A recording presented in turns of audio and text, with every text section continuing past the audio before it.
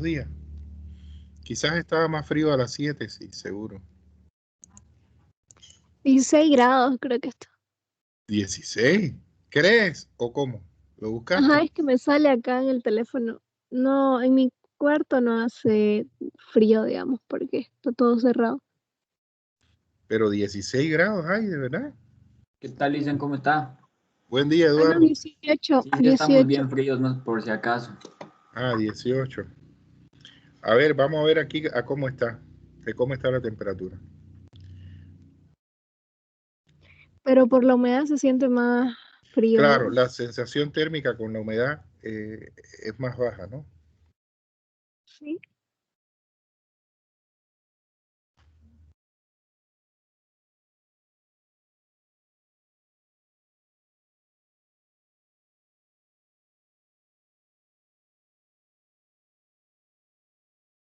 A ver.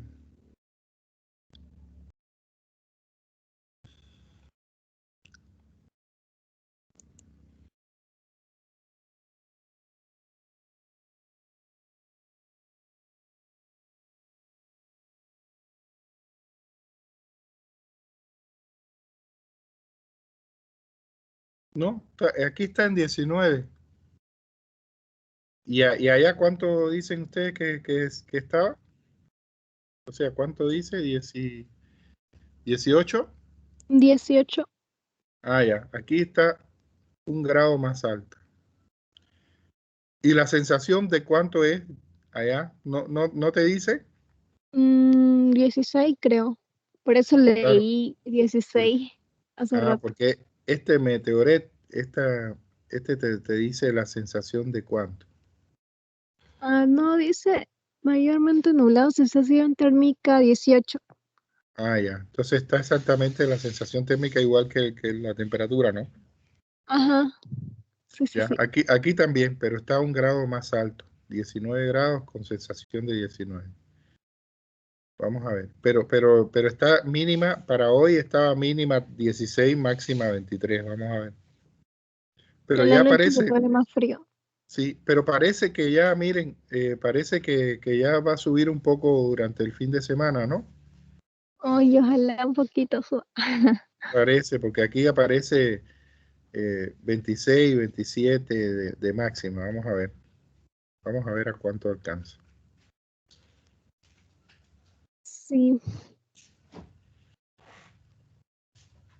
Bueno, listo. Entremos entonces en materia. Habíamos hablado de mantener la misma dinámica. Ya hoy terminamos lo que tiene que ver con todo este universo de la ética. Terminamos con cuando veamos lo de actitud científica. Y, y entonces vamos a hacer lo que quedamos. Vamos a ver primero la presentación en PowerPoint sobre actitud científica. Voy a tratar de generar que participemos, conversemos sobre el tema. Ya ustedes tienen bastante conocimiento a partir de la experiencia que han desarrollado en la elaboración del perfil y a partir también de la presentación anterior que vimos, de todo el proceso de la ciencia, ¿verdad? De la tecnología y del proceso de investigación. Entonces vamos a entrar ahí, vamos a entrar en la... Y después vamos a ver los videos que teníamos previstos. Que ya con eso completaríamos todo este fenómeno. Además, quisiera que conversáramos en la... No sé por qué no me está dando opción aquí. Un momentito. No me está dando opción de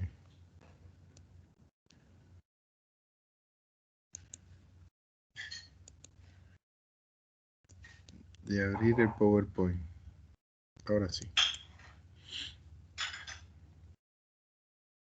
Bueno, me avisan cuando lo vean.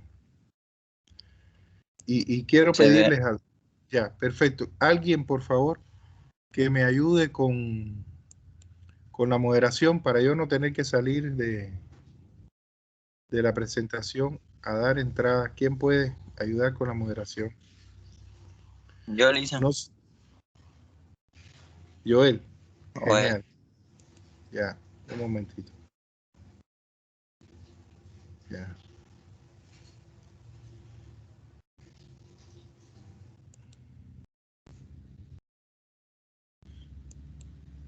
Oye, ¿ustedes querían que yo me comprara el MM? ¿Para qué? ¿Para que engorde? ¿Qué es eso? ¿Cómo me van a desear eso? Eso es chocolate, eso es engordar ahí. Qué malos son ustedes. Es el mejor chocolate, Lisa. No, está bien, algún día probaré uno así, pero ¿cómo me voy a comprar un paquete de eso? ¿Estás loco? Era para que pruebe, pues, Lisa. Ya lo probaré en otro momento. No, pero además la economía no está para estar gastando en cosas superfluas. Ustedes lo saben bien. ¿A cuánto está eso, pues, Lisa? Mira, no me fijé, solo yo le dije, mira aquí, voy a hacer una foto. Y hice la otra también la hice, pero no la pongo ahí, no vaya a ser que alguien después esté denunciándome que yo promuevo la bebida aquí con ustedes. Aquí en este grupo nadie toma, Lisa. Qué bueno. No, yo tampoco. Ustedes saben que yo en ocasiones bien especiales nomás. Ustedes saben que el martes fue mi cumpleaños, ¿no? El martes ¿El martes pasado. qué año es? Sí, perdón, a ver, hoy es jueves, ¿no? El martes 11. Ese fue el día que fui a Santa Cruz porque tuve que ir a la universidad y entonces ese día pasé por ahí, como tuvimos, era el cobro también, y fuimos ahí a Las Brisas, al Banco de Las Brisas, porque ya todos los otros estaban cerrados y el de Las Brisas, el banco mercantil, está abierto hasta tarde. Y entonces fuimos ahí a Las Brisas. Y ahí entonces vimos estas cosas, porque compramos algunas cositas, unas máquinas de afeitar, no sé qué, cosas que hacen falta. Y vimos, y le digo a mi esposa, vamos a buscar la bebida esta. Que dice además que ella lo tomó una vez y que le fue horrible, sí. Dice, ay, si eso es feo, ¿Feliz dice. cumpleaños pasado, Lisa, entonces? Ya. Además no fue un día muy bueno porque amanecí medio mal por una comida que comí en la tarde del día anterior y parece que me cayó mal. Y estuve todo el día, terrible. Ya después ayer miércoles me sentí mejor. Y hoy estoy bastante bien. Pero me cayó mal algo y me echó a perder el cumpleaños. Pero bueno, nada, al final es un día más. Entonces,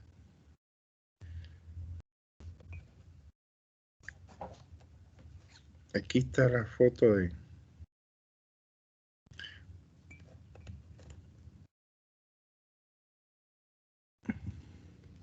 Bueno, después les enseño la foto del Jagermeister.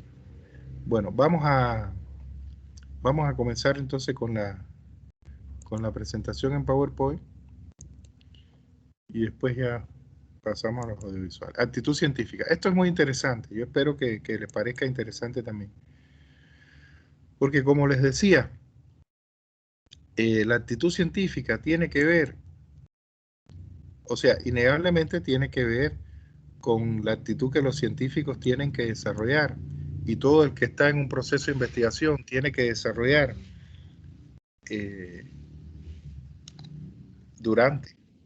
durante ese proceso. Pero a mí lo que más me parece interesante de esto es que como actitud humana, como actitud existencial, es perfectamente posible. O sea, quiere decir que nosotros podemos incorporar a nuestra actitud vital, o sea, a cómo nosotros desarrollamos nuestra existencia cada día, podemos desarrollar incorporar el concepto de actitud científica. Y eso es lo que vamos a ver hoy. ¿Qué significa? ¿Cómo es esto? y cómo yo cultivo eso en mi día a día. O sea, si hoy, por ejemplo, miren, si hoy, por ejemplo, nosotros hablamos de no sé qué tema y usted sintió cierta curiosidad, pues busque, investigue, no deje de hacer. No, que no lo suma la pereza y no lo busque, ¿no? Ayer, por ejemplo, yo estaba leyendo que les voy a mostrar. Yo estaba leyendo un artículo de un escritor lo encontré en la web, porque, bueno, todo empezó porque al gatito, a uno de los gatitos más chiquititos, les estamos poniendo nombre, entonces le pusimos Trotsky. Y Trotsky, no sé si ustedes han estudiado eso en historia. ¿Conocen a León Trotsky? ¿Han oído hablar? No, listen. Ya, era uno de los líderes rusos de la Revolución de ¿De la Unión Octubre. Soviética, Lisa? Exacto, sí. Y es un personaje muy controvertido y muy interesante. Incluso, pero conocen a Frida, por ejemplo, la pintora mexicana, ¿han oído hablar de ella? Frida Kahlo. Sí, ¿Eh?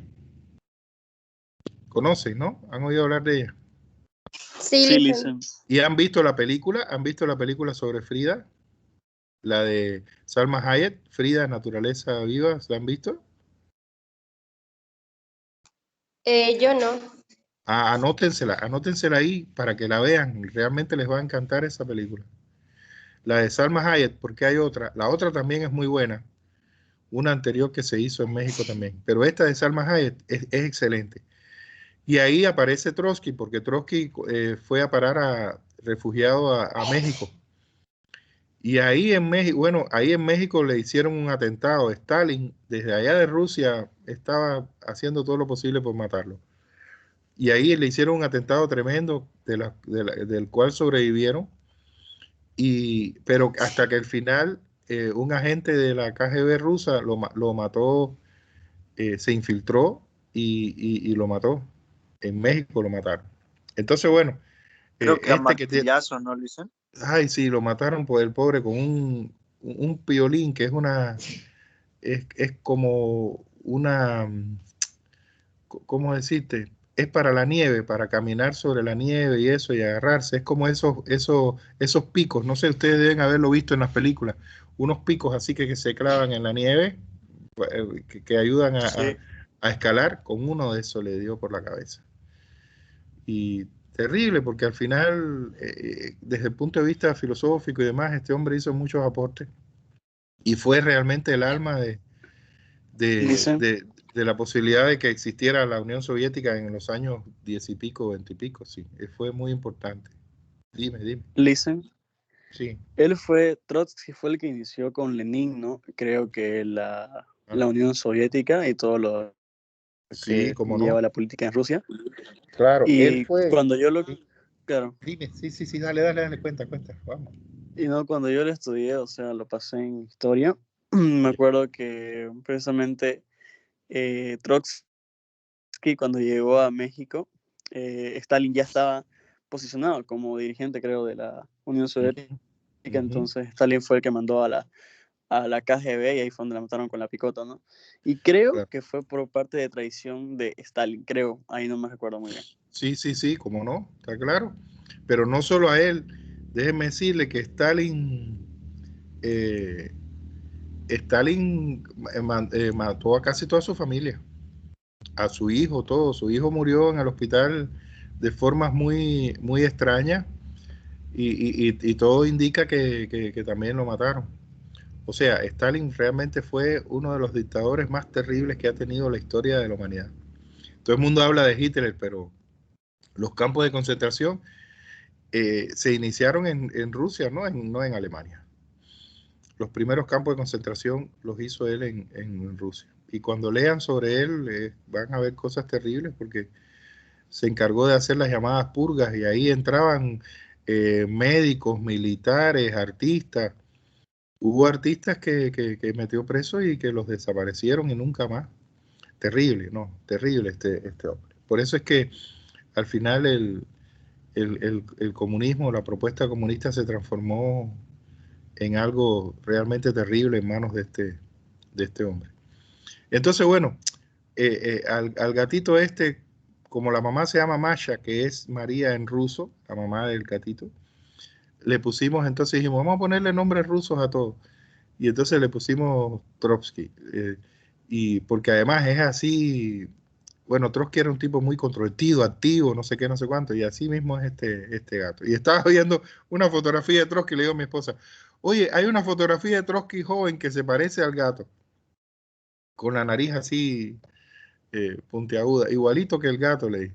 Entonces, bueno, con esa historia, y fíjense que no me estoy saliendo del tema, estoy hablando de la actitud científica. Con eso, de pronto, leo un artículo, les voy a mostrar porque lo tengo aquí vamos a salir un momentito de aquí. Lo tengo aquí en el WhatsApp. Encontré un artículo de un escritor que a mí me parece fascinante, un escritor cubano que se llama Leonardo Padura. Este hombre es, estoy esperando que reaccione esto. Leonardo Padura es uno de los escritores cubanos más leídos en el mundo y tiene lo que lo ha hecho famoso. Ustedes saben que desgraciadamente los grandes bestsellers no son buenos libros desde el punto de vista de su calidad literaria. Son libros, piensen en Dan Brown, ¿no? Y el Código Da Vinci y todas estas cosas. Son libros más bien populares. Entonces, sin embargo, Leonardo Padura, bueno, se hizo popular en el mundo, en América y en España, a partir de una saga que tiene de un policía. Incluso, anoten ahí, Netflix hizo una miniserie con las historias del policía en La Habana.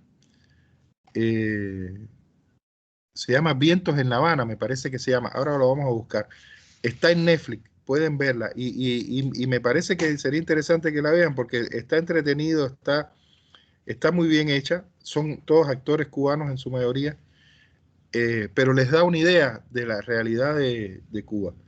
Ver esa miniserie. Son tres capítulos a partir de la trilogía que él escribió. Y entonces, él escribió una gran novela que me parece una de las novelas más interesantes de los últimos tiempos, que se llama El hombre que amaba a los perros. Porque la idea es, o sea, él descubrió que este mercader vivió en Cuba. O sea, el tipo que mató a Stalin vivió en Cuba, refugiado. O sea, cuando él sale de la cárcel en México,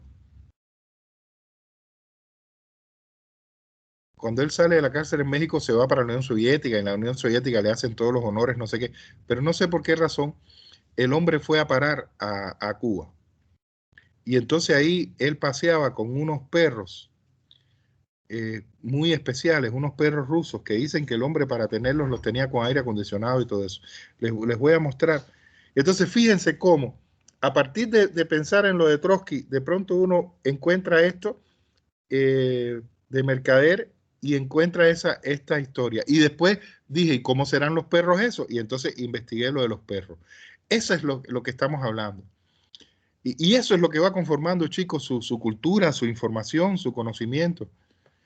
¿Quién era el que estaba hablando conmigo ahora de lo de Trotsky que había visto en historia? Joel Iván.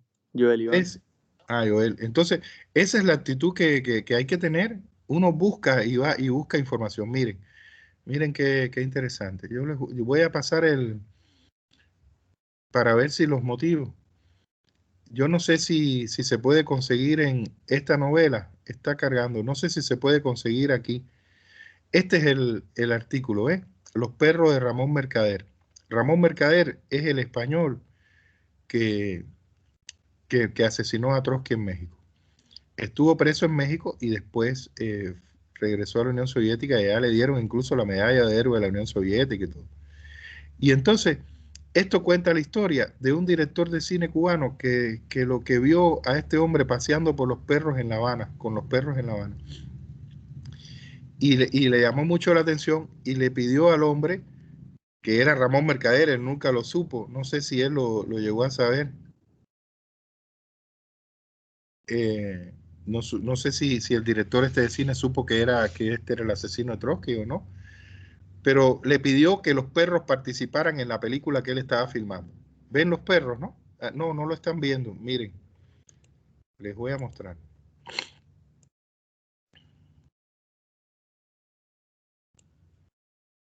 Ahora sí, ¿verdad? Sí, listen. Ahora sí. Borzoi se llaman los perros estos. Es una cosa extrañísima, pero que son muy lindos, pero miren qué extraños son, ¿lo ven? Sí. Miren eso. Y dicen que son los perros más grandes del mundo, sí. O sea, la raza de perros más grande que existe. Miren eso. Es súper extraño. Extraños, ¿no? Dice mi esposa. Tienen la cabecita chiquitita y el cuerpo grande. Pero muy extraño. Son perros además que en el clima nuestro no podrían estar. O sea, así como está la temperatura quizás, porque son perros de clima frío. Perros de clima frío. Entonces, miren, fíjense cómo buscando esto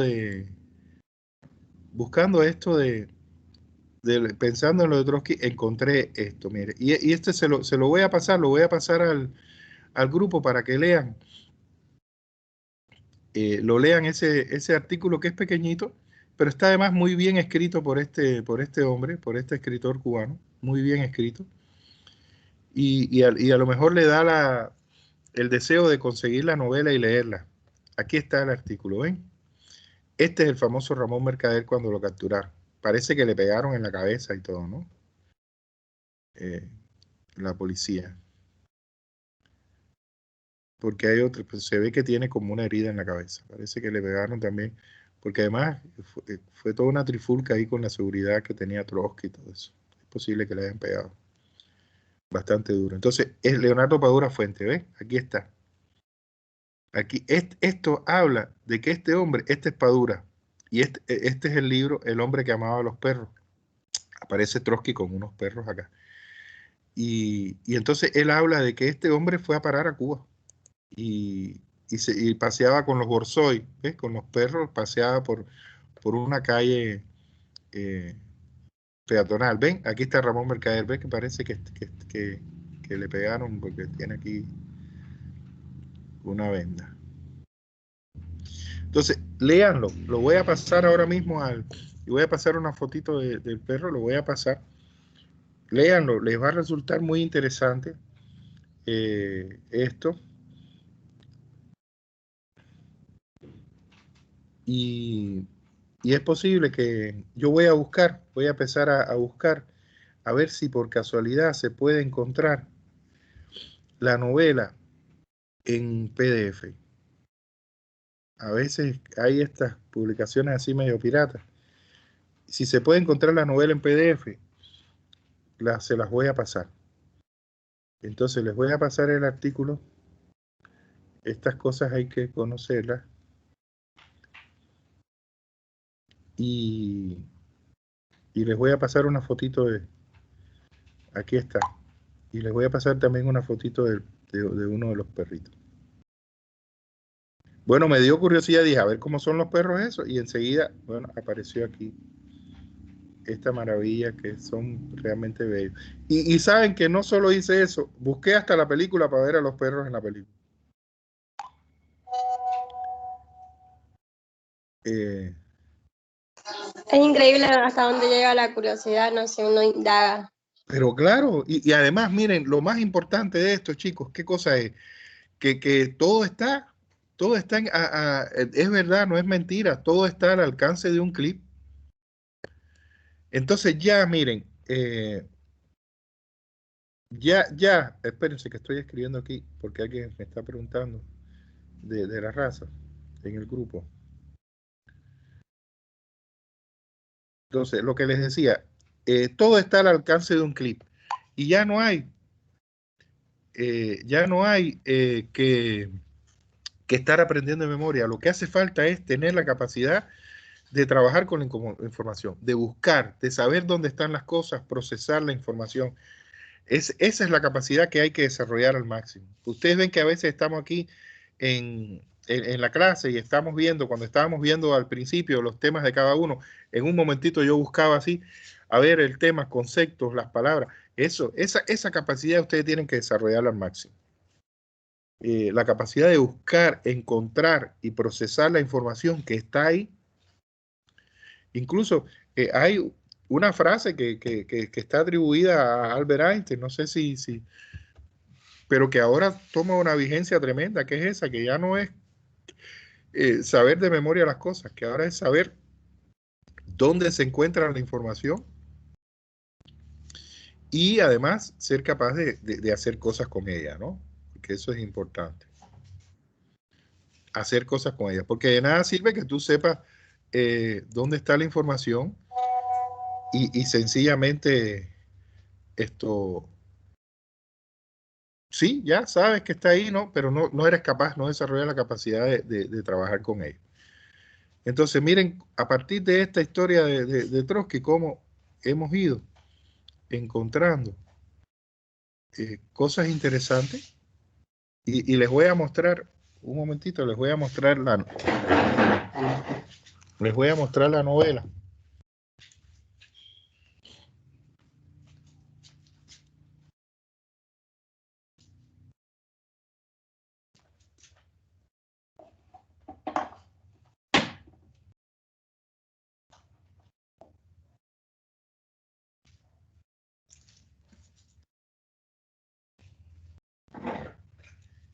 Yo creo que tengo que quitar lo que tengo aquí para difuminar el fondo.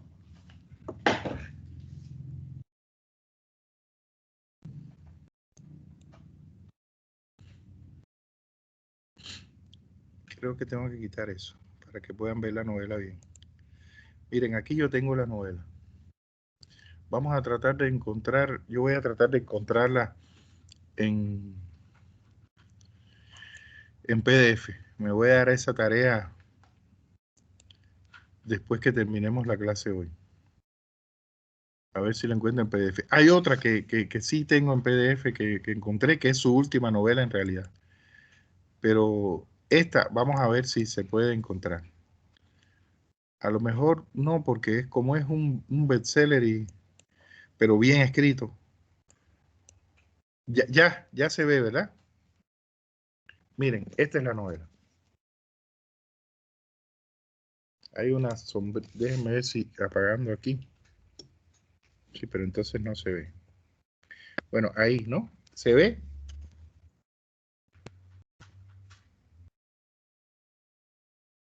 ¿La ven?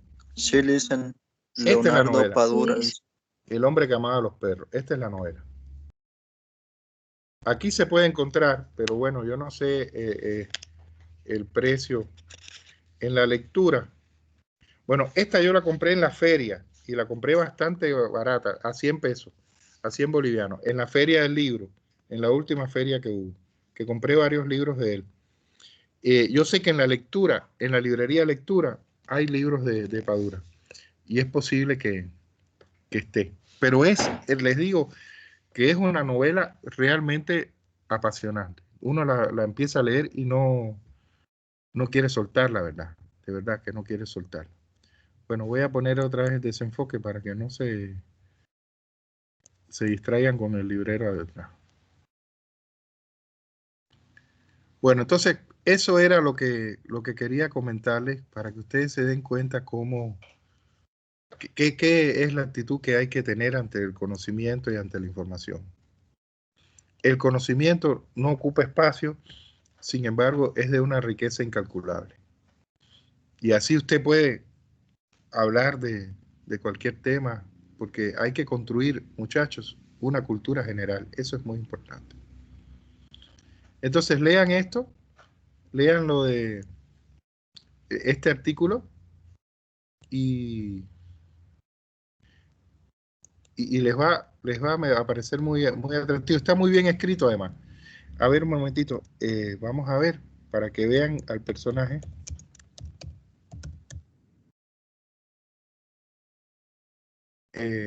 A Trotsky, para que vean cómo era. Y traten de ver la película también. Lo ven, ¿verdad? Este es Trotsky.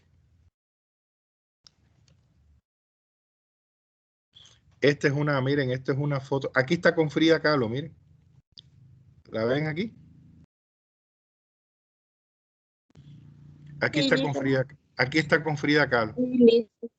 Y este es Stalin. Este es el monstruo de Stalin. Este es el monstruo de Stalin. Y aquí está joven. Miren, aquí está otra vez otra foto de ella con él. Y aquí está una foto de él joven, ¿no? ¿Ven? Miren cómo hay imágenes de él. Realmente fue muy importante en su momento. Y todavía, y déjenme decirles, eso es otra cosa que pueden estudiar. Aquí en América Latina y aquí en Bolivia había muchos seguidores de Trotsky, los famosos trotskistas. Ustedes han oído hablar de eso seguro, ¿no? Esta es la foto que yo decía que se parecía al gato. Esta es la foto que yo decía que se parecía al gato. No apareció esa foto. O esa foto está aquí. Esta es la foto que yo decía que se parecía al gato. No sé por qué, pero se me parecía. Y creo que la tengo aquí, a ver.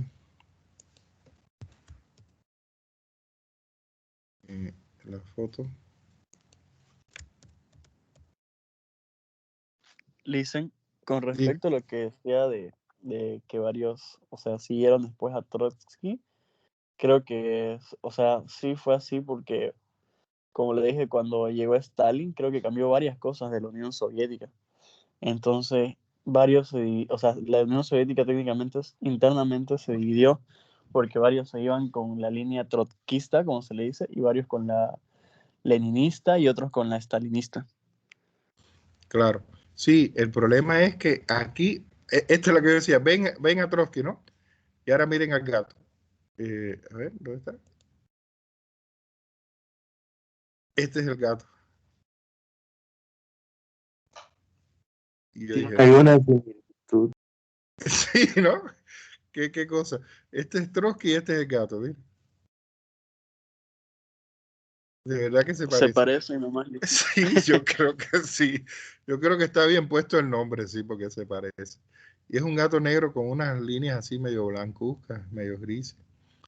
No, pregúntenle, mire, pregúntenle a sus padres porque para que vean, aquí pregúntenle a sus padres sobre los trotskistas. En la universidad todavía hay todo un movimiento muy fuerte de trotskismo aquí. Y aquí no hay nadie de Perú, ¿no? En el aula no hay nadie de Perú. Porque Sendero Luminoso, la guerrilla esa que hubo terrible en Perú, también tenía una orientación medio trotskista y maoísta. Entonces son cosas que hay que conocer para entender. Ahora mismo, por ejemplo, ustedes saben lo que está pasando en Israel, ¿verdad? Sí, listen. Entonces, ¿y por qué está pasando eso? Ustedes con el nivel ya universitario tienen que conocer estas cosas. ¿Por qué está pasando esto? ¿Qué es lo que está pasando? No pueden estar ajenos a eso y no pueden además desconocer, de verdad, no pueden desconocer no solo lo que está pasando, sino también las causas. ¿Cuál es el problema del conflicto de Israel y Palestina? ¿De dónde viene eso? O sea, esas cosas tienen que conocerlas, es muy importante. Y eso es de lo que habla la actitud científica. Precisamente de tener una actitud activa ante el conocimiento, de estar todo el tiempo en búsqueda de información y desarrollar esa curiosidad insaciable. Asimismo, incluso se habla de curiosidad insaciable. Recuerden que hicimos la introducción de esto en la clase pasada. Entonces, todo esto que hemos hablado, tan sencillo, que tiene que ver con esta anécdota que le he contado,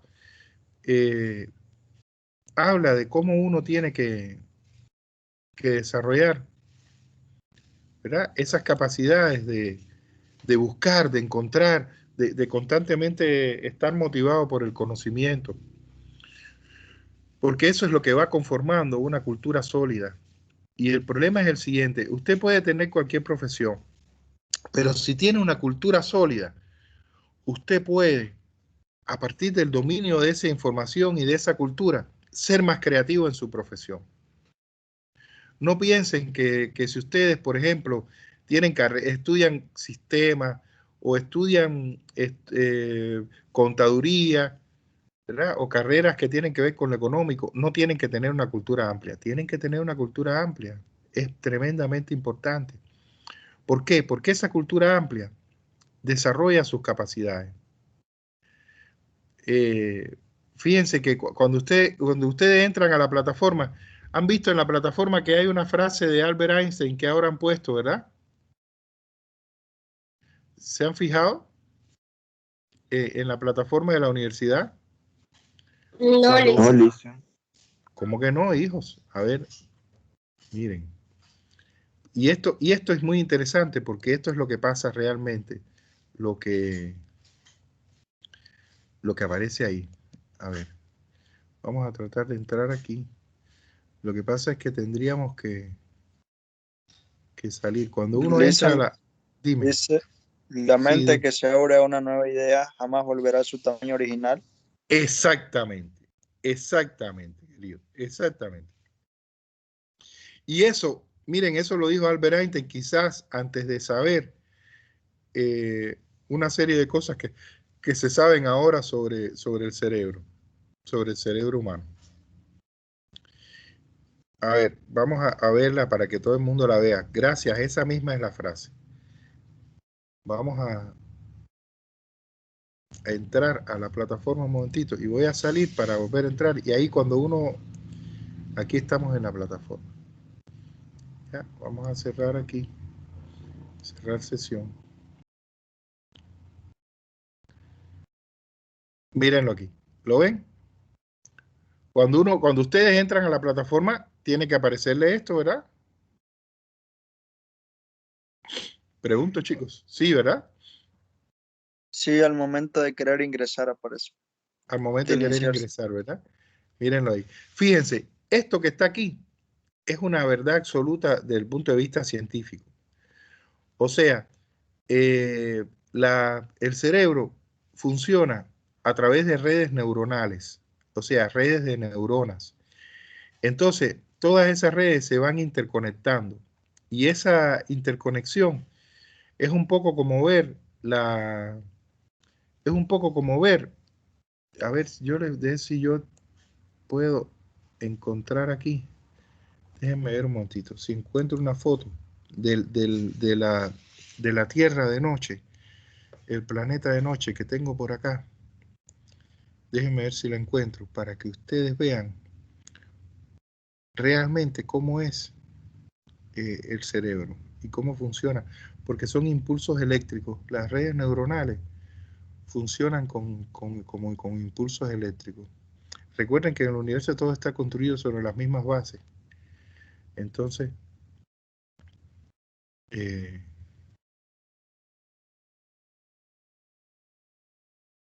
estoy buscando. Cuando la encuentro y se las muestro para que vean cómo es. Aquí está.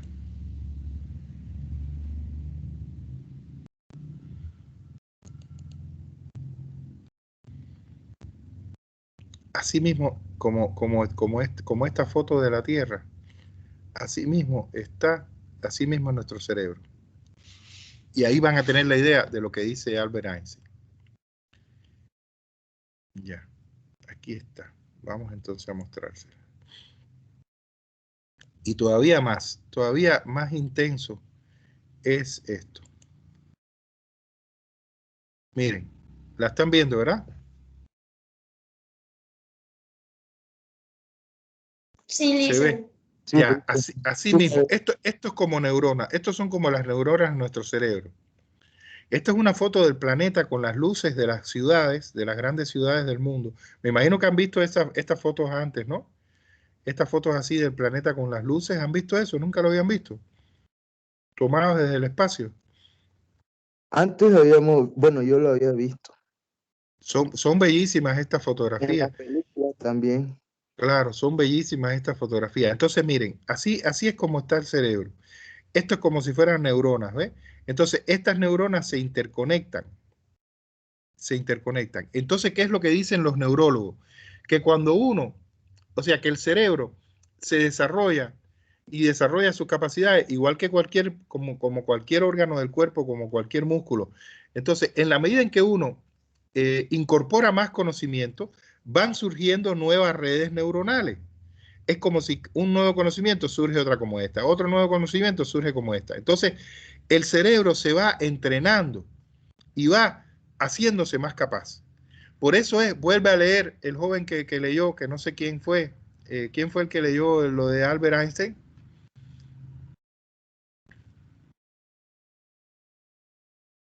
Hola, hola. El que nos leyó lo de Albert Einstein, que está en la universidad.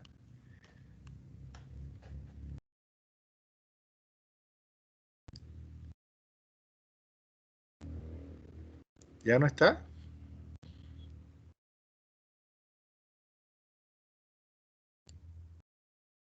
Parece que ya no. Parece que se cayó algo, ¿no? Dijo presente y se fue, Lisa. ¿Cómo? Dijo presente y se fue. Ah, ya. Bueno, así como el de la camita. Bueno, miren, aquí está. La mente que se abre a una nueva idea jamás volverá a su tamaño original. Entonces, eso es precisamente lo que pasa y lo que estamos hablando. Una nueva idea que genera una nueva red neuronal. Y entonces así el cerebro se va haciendo más poderoso, más potente. Es así como funciona el asunto. Por eso yo los invito a que hagan esto, porque realmente eso les va a dar muchas posibilidades. Pero además, miren, ¿qué es lo que pasa? En la medida en que usted tiene más conocimiento, se hace más inteligente. ¿Por qué? Porque la inteligencia, ¿qué cosa es? La inteligencia es la capacidad de relacionar información, conocimiento que ustedes tienen. ¿Qué inteligente es? Pero fíjense siempre, inteligente porque domina información y es capaz de relacionar esa información, de ser creativo con esa información. Esa es la inteligencia. Entonces, no se puede ser inteligente si no se es culto. ¿Verdad? Hay personas que no tienen mucha cultura, pero tienen una inteligencia natural porque son capaces de, con lo que saben, que a lo mejor es poco, ser muy creativos. Personas que pueden, desgraciadamente, yo he conocido así, que no han tenido, campesinos, qué sé yo, de lugares así, que no han tenido la posibilidad de estudiar o no tuvieron la posibilidad de estudiar en su momento, pero son muy inteligentes. ¿Por qué? Porque con eso poco que saben, son tremendamente creativos. Entonces, imagínense ustedes, si ustedes saben mucho más, si tienen mucha más información, si tienen mucho más conocimiento, pueden ser más creativos y la inteligencia se desarrolla más. Ahora, cuando esa inteligencia se procesa y todas esas vivencias se procesan y toda esa experiencia, la de uno y la de los otros, se procesan, entonces se construye lo que es la sabiduría. Porque la sabiduría tiene que ver, ¿verdad? Ya con un proceso interior de comprensión de todas las experiencias y las vivencias que los seres humanos tienen. Ellos, ¿verdad? En su vida, pero también analizando las vidas de otros. Entonces, inteligencia y sabiduría, estos dos elementos son fundamentales, pero la sabiduría se construye sobre la base del conocimiento, de la información, de la cultura.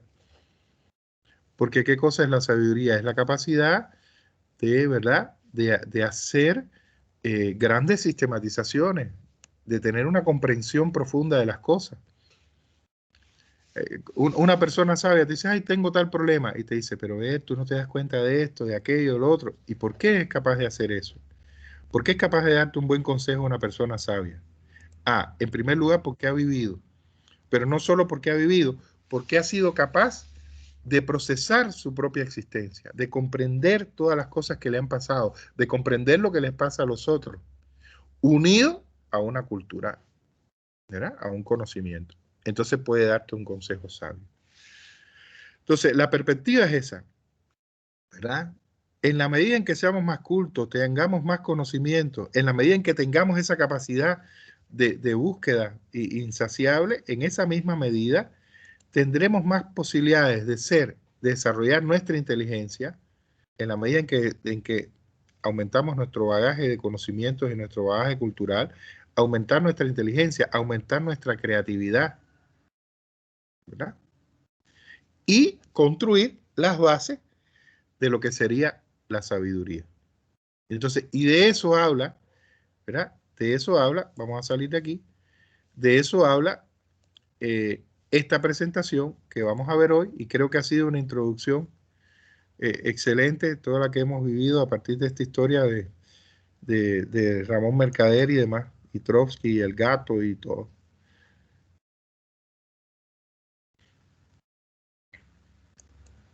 Para que comprendamos entonces esto. Muy bien, vamos allá. El espíritu científico, actitud científica. Muy bien. A ver, este señor que está aquí, están viendo, ¿verdad? Están viendo la pantalla, ¿sí? Sí, licenciado. Perfecto. Max Planck. Max Planck es un matemático alemán, o fue un matemático alemán. Uno de los más importantes matemáticos del siglo XX y uno de los padres de la física cuántica.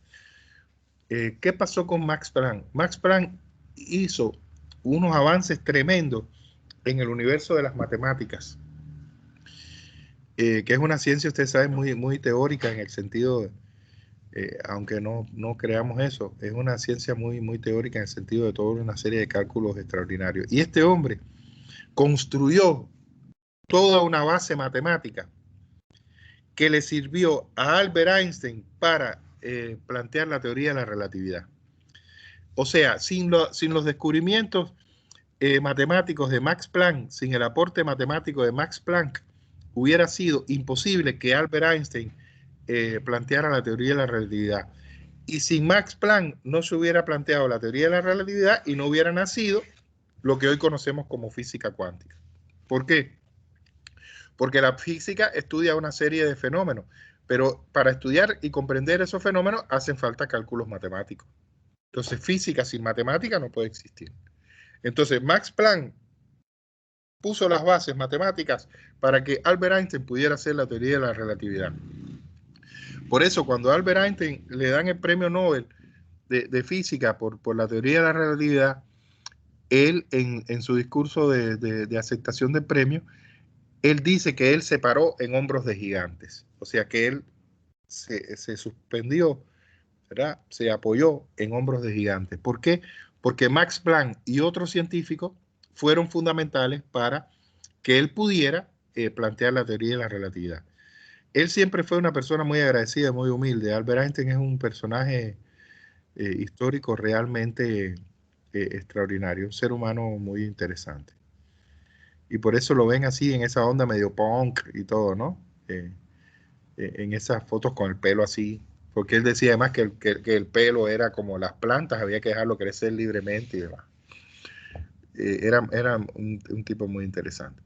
Entonces, ¿qué dice Planck? La actitud científica sitúa a la persona frente a una realidad a la que se admira y se interroga.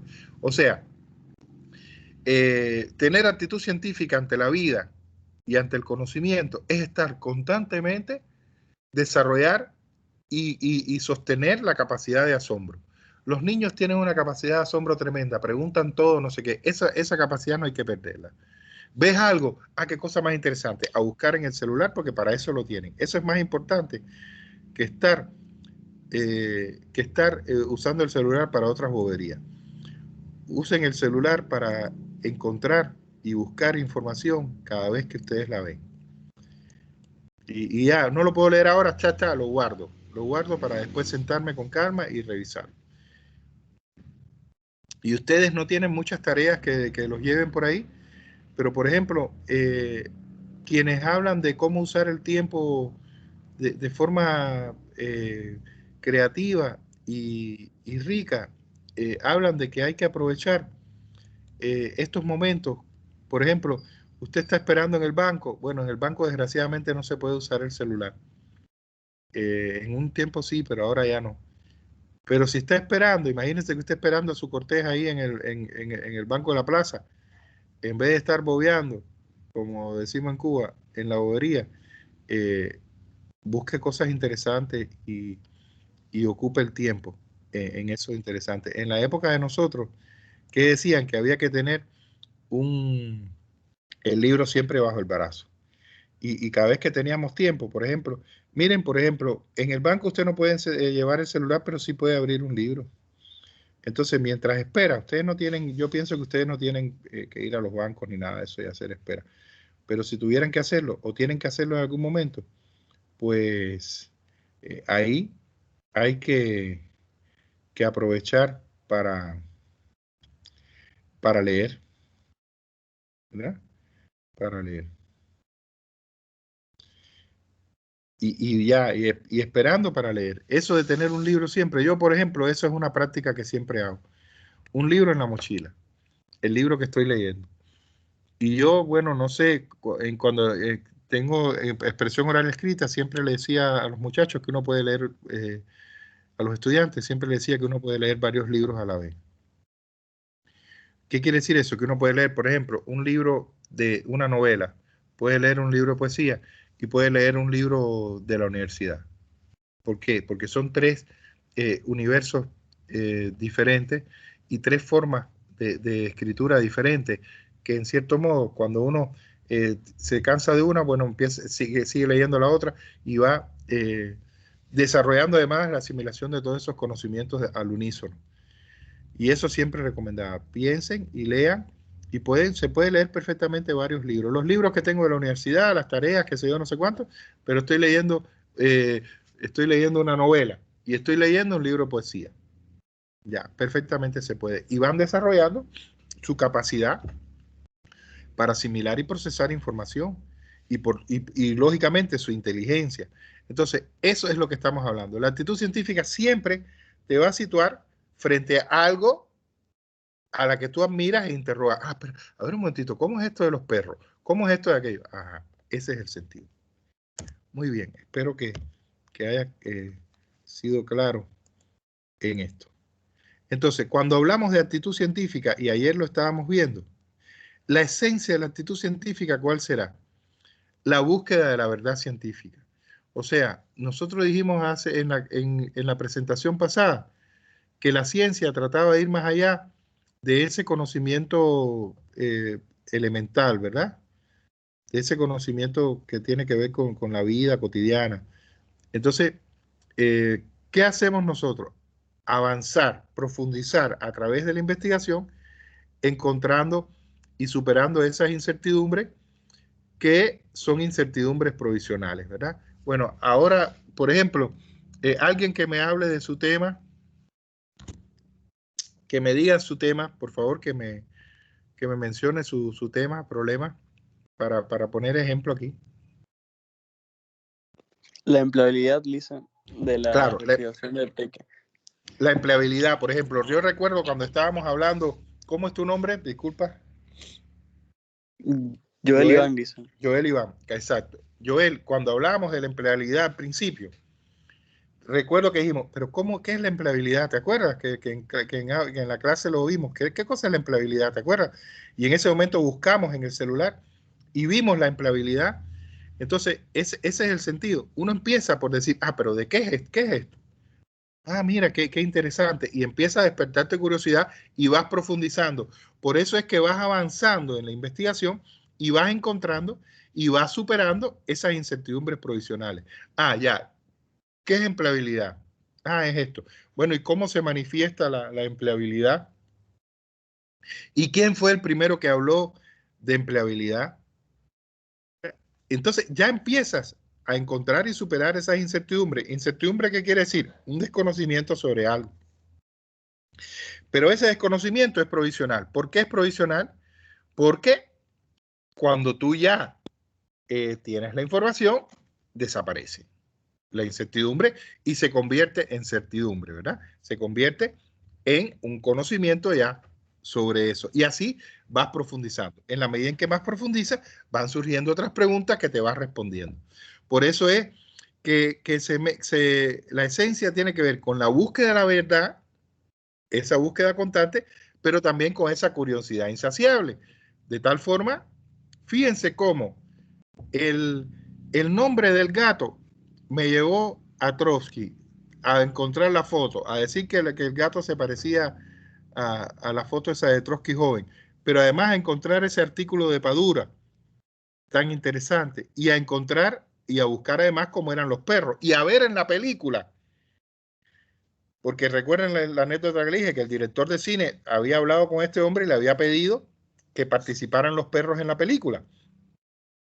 Y para ver la película anoche por la madrugada, yo estaba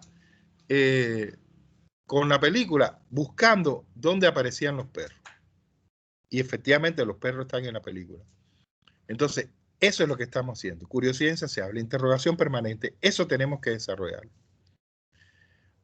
Porque además eso es lo que va a permitir que nuestra capacidad, ¿verdad? Nuestra capacidad intelectual se desarrolle. Y nuestro cerebro además se desarrolle. Y si nosotros nos mantenemos así hasta, fíjense, ustedes son muy jóvenes ahora, ustedes tienen entre 10 y pico y 21 poquito de años, ¿no? Así más o menos están ustedes, ¿no? Entre 19 y 22, 23 años máximo, ¿no? Pregunto. Por ahí están. Creo que sí, Lisa. ¿Crees que sí? Bueno, yo también pienso que sí. Bueno, imagínense, esto es otra cosa interesante, y esto ustedes pueden hablarlo con sus padres y con sus abuelos. En la medida en que ustedes mantengan esto todo el tiempo, hay menos posibilidades de todas esas enfermedades neuronales y cerebrales.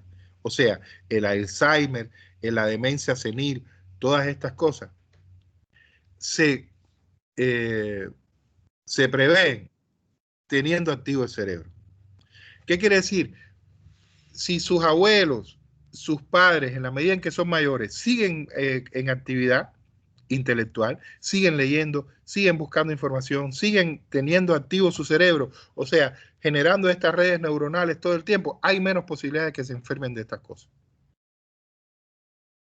¿Por qué? Porque está visto ya que hay una relación directa entre las personas que se jubilan, se retiran, se sientan en un sillón y dejan de tener actividad intelectual y empiezan a vivir así esa vida abúlica sin actividad intelectual, empiezan a vivir así y entonces su cerebro empieza a deteriorarse. Es como un músculo. Imagínense los fisiculturistas, si dejan de hacer ejercicio se desinflan. ¿Sí o no? Los músculos pierden toda su tonicidad. Entonces, igual pasa con el cerebro. Si usted deja de tener activo su cerebro en el sentido de buscar información, de estar constantemente pensando, su cerebro empieza a perder capacidad. Y esa pérdida de capacidad va generando estas enfermedades. Claro, a veces estas enfermedades son hereditarias, pero igual, aunque sea hereditaria y estén en la familia estas enfermedades como el Alzheimer y demás, en la medida en que las personas tengan mayor actividad cerebral, en la medida en que tengan un mayor uso del cerebro y le exijan más a su cerebro, aunque tengan una gran edad, va a haber menos posibilidades que la enfermedad llegue. ¿Me expliqué bien con esto?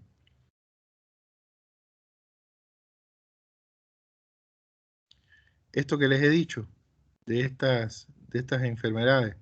Entonces, por lo tanto, ustedes pueden ayudar a sus abuelos a prever estas enfermedades que son tremendamente comunes en la actualidad, precisamente por eso que estamos hablando, porque dejan de tener actividad intelectual las personas. Entonces, bueno, espero que les sirva para para ayudar a sus abuelitos y demás. Entonces, ¿cuáles son las características de una actitud científica en el investigador?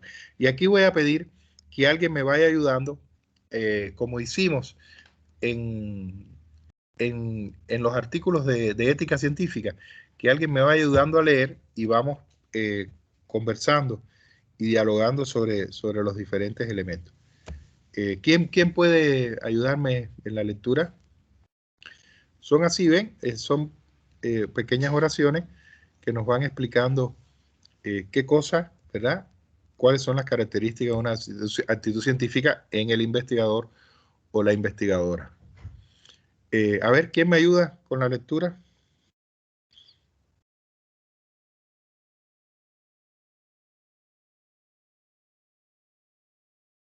Hola, hola. Yo lo hice. Dice, A ver, ¿quién me dijo? yo. ¿Quién es yo? Porque acuérdense que no lo veo. Ah, ya, Daniel. Ah, Daniel. Y había otra persona que también dijo, ¿no? No escuché, Listen, pero si dijo alguien antes de mí. No. Después que tú hablaste, alguien más habló. ¿Alguien más dijo? ¿Quién? Hola. Bruno. Bruno, ya. Entonces, empezamos con quién? Daniel, ¿no? Sí, leo el primer punto. Ya, empezamos con Daniel y después seguimos contigo, Bruno. Vamos, a ver, entonces, Daniel, comenzamos. Después seguimos, yo te aviso cuando entramos con Bruno. Vamos a empezar con Daniel. A ver, Daniel, vamos a leer estos dos. Dice, capacidad de asombro, de admiración y de motivación ante la realidad que lo rodea. El segundo punto dice, predisposición a detenerse para intentar desentrañar la realidad. Ya, perfecto. Miren, aquí hay dos cosas. Lo primero, ¿qué cosa es? Por eso les hablaba de los niños, esa capacidad de asombro y de admiración y motivación ante la realidad que los rodea. El ejemplo que hemos puesto, la anécdota del gato, de Trotsky, de los perros, todo eso, le da una idea de lo que estamos hablando, ¿verdad? Esa capacidad de admirarse, decir, espérate, a ver un momentito, qué cosa más interesante esta, ¿verdad? Vamos a buscar. Y después, la predisposición que tiene que tener uno, o sea, una actitud positiva a decir, a ver, me siento en el tiempito que tengo, me siento y busco esto. Investigo sobre esto. ¿Se entendió eso, verdad? Entonces, eso es clave. Si nosotros nos asombramos de algo, pero lo dejamos ahí, sí, ¿cómo será eso, no? Y ya no vamos a ningún lado. Ya he dado toda la explicación de lo que pasa. ¿Cuáles son las consecuencias de no tener eso? Y eso se define con una palabra sola, mediocridad, ¿verdad? ¿Han oído ustedes hablar de eso? Mediocridad, o sea, quedarse en un nivel mínimo, elemental, de conocimiento, de información, y que afecta lógicamente la creatividad y la capacidad que tenemos para asimilar, procesar información y ser creativos con ella. Entonces, eso sería lo primero. Ahora, Daniel, vas a leer los otros. Vamos a leer este primero y me vas a decir qué piensas. A ver, vamos a leer entonces el primero de esta segunda página. Dice, tenacidad, perseverancia y disciplina. Toda obra grande es el resultado de una gran pasión puesta al servicio de una gran idea. Ya, ¿qué piensas de eso? A ver. A ver, que lo principal para poder tener un conocimiento hay que tener tenacidad y perseverar y disciplina. Disciplina yo diría que el más importante tal vez, porque lo que acaba de decir usted, que si nos hacemos la pregunta de cómo será eso y no investigamos, se queda en nada. ¿Sí? No tenemos la disciplina de investigar, de informarnos. Claro. Y después está la frase que dice que toda obra grande es el resultado de una gran pasión puesta al servicio de una gran idea. Acá es claro el ejemplo que empieza por una idea, pero si nosotros lo dejamos en eso, en una idea, no avanzamos. Pero para tener un resultado grande hay que empezar con una idea y seguir con perseverancia y con disciplina. Exactamente. Y ahora, muy bien, oye, Daniel, muy bien. Ahora, ¿cómo esta frase, cómo se puede aplicar a la investigación que ustedes están haciendo? Por ejemplo, en tu caso. Que si queremos tener un proyecto, tener un proyecto final, o sea, un trabajo bueno, tenemos que realizar todo lo que usted nos está explicando y aparte también investigar, meter nuestro empeño, o sea, Claro. meter nuestro... Tienen que ser tenaces, tienen que ser perseverantes y tienen que ser disciplinados, ¿verdad? En ese sentido. Sí, sí. Y disciplinado no quiere decir que obedezcan. Disciplinado quiere decir que ustedes digan, hoy me voy a sentar a desarrollar mi proyecto, hoy me voy a sentar a trabajar en mi perfil y verdaderamente se siente a trabajar en su perfil. Pero además, la perseverancia que tiene que ver, a veces buscamos y no encontramos y decimos, bueno, tengo media hora, voy a buscar y en media hora no encontré algo, pero no encontré todo lo que necesito. Ah, ya, hay que ser perseverante. Hay que pensar en otra media hora, hay que pensar en otra hora, en otro momento, pero ser perseverante. No, en cierto modo, ¿cómo se dice? No cansarse, no sentirse derrotado porque uno no pueda de inicio tener éxito. Hay que perseverar. Muy bien, Daniel. Perfecto. Vamos a la segunda entonces. Dice, ser ejemplo de que el trabajo científico es 10% de inspiración y 90% de transpiración. Muy bien. ¿Y eso cómo lo entendemos? Que prácticamente tiene que haber nuestro trabajo, el 90% tenemos que hacerlo nosotros, con nuestro esfuerzo, por eso es transpiración. Claro. Y el 10% ya es inspiración, o sea, voy a hacerlo, sí voy a hacerlo. Claro. Y tú dices, por ejemplo, ¿cuál es tu tema, Daniel? Sobre la economía en la pandemia. Ya. ¿El impacto de la pandemia sobre la economía o qué? Sí, es ¿Cómo está cómo está la planteado? economía. Cómo está la economía en la pandemia de marzo de 2020 a marzo de 2021 era. Ya, entonces mira, por ejemplo, que tú digas, este es el tema, qué interesante, ya esa es la inspiración, 10%.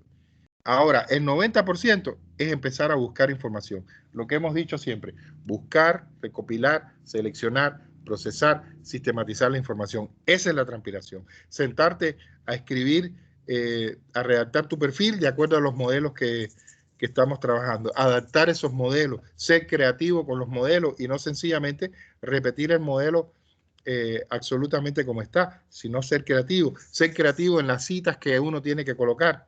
¿Te das cuenta? Ahí está la cosa. Ese es el 90% de la transpiración. El esfuerzo que hay que realizar y que es lo que da, lo que permite obtener los resultados. La inspiración es lo que tú encontraste. Ah, qué interesante este tema, qué bien, no sé qué, maravilloso, voy a investigarlo. Ahí ya, ahí se quedó el 10%. El otro 90% es sudar la camiseta. Sudar la camiseta. Ahí está el asunto. Por eso yo les decía siempre, avancen el trabajo, no pierdan tiempo, no lo dejen para el final. En la medida en que vamos desarrollando cada uno de los elementos del perfil, cuando está fresco, pues ahí hagan el trabajo. No dejen que se les acumule, porque entonces, cuando ustedes, a ver, si yo tengo 2 horas para hacer un elemento del perfil, voy a poder trabajar mejor y hacer un trabajo más rico y más interesante.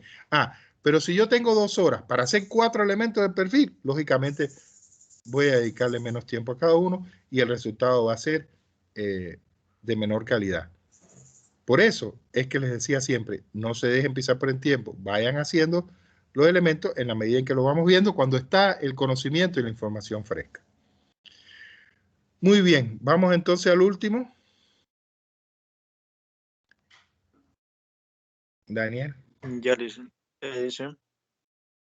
Consagración a la búsqueda de la verdad, que lo lleva a resolver con el máximo rigor los problemas descubiertos y planteados.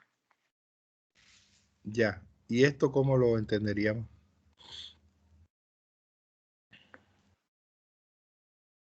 A ver, O sea, explícalo con tu tema, explícalo con tu tema. En el rigor de la información que tienes que tener, en la veracidad de la información que tienes que tener para contestar tus preguntas. A ver, es fácil explicarlo así. sí, en mi tema, por ejemplo, para yo poder tener información, pues tengo que buscarla. Y al encontrar, eh, en cierta parte ya es una consagración a la búsqueda de la verdad, porque estoy informándome, estoy dando datos, estoy buscando información.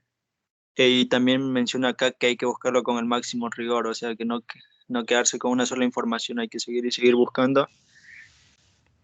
Eso, Excelente. Lisa. Excelente, muy bien, esa es la idea. Esa es la idea. Esa es la idea. Estamos muy bien. Vamos a ver una cosa. Ya. Entonces,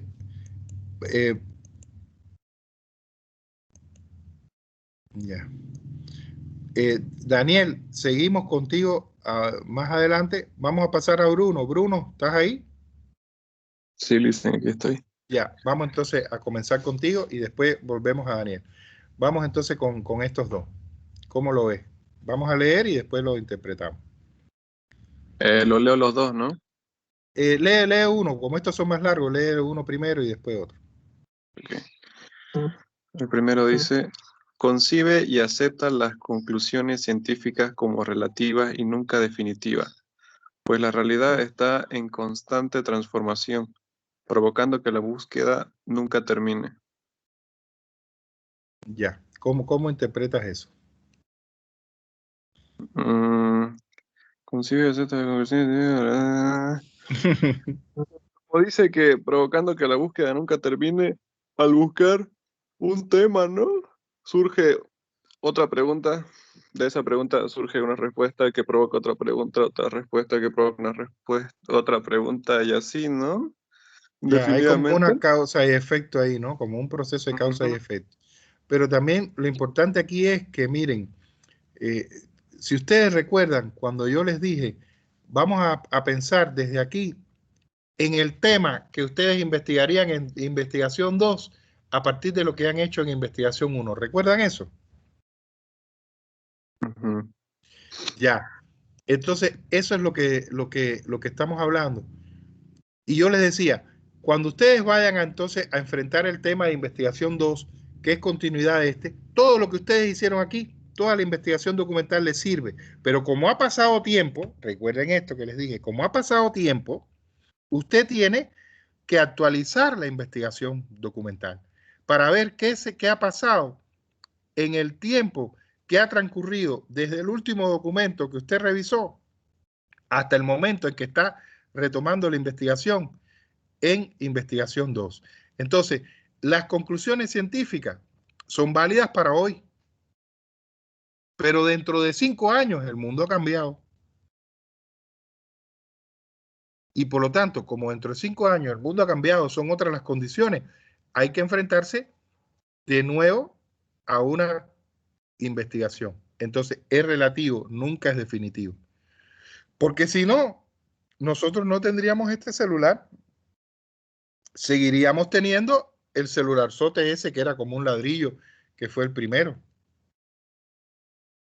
Por eso, si en la tecnología, en la ciencia y la tecnología, los descubrimientos van gradualmente desarrollándose. Y es como tú dices, un descubrimiento lleva a otro y este a otro y así se va desarrollando. Porque vuelvo y repito, si no tendríamos el mismo celular. Y los televisores, aquí en esta clase fue donde vimos los televisores que había cuando yo era niño, ¿no? Aquí en este grupo fue que lo vimos. Sí, Lisa. Ya, los televisores seguirían siendo como cuando yo tenía 5 años. Y ahora usted tiene un televisor plano que es un smart, que está conectado a internet, en el cual ustedes pueden revisar correo y hacer todo lo que quieran. Y trabajar con él casi como si fuera una computadora. En el sentido de la conexión, ¿verdad? Entonces, es precisamente por eso, porque la realidad se transforma constantemente, hay nuevos descubrimientos y esos nuevos descubrimientos científicos se aplican en la tecnología y surgen nuevos productos. Y así, constantemente.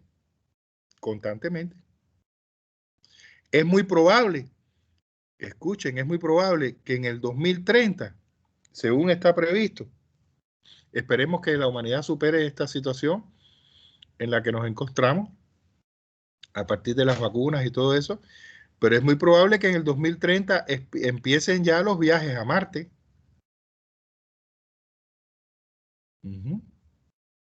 Entonces nosotros vamos a asistir a eso. Sus padres y sus abuelos asistieron así asombrados en el televisor, frente al televisor, a la llegada del hombre a la luna. Es posible que ustedes en la próxima década, y espero yo también, en la próxima década, ustedes asistan a los seres humanos en Marte.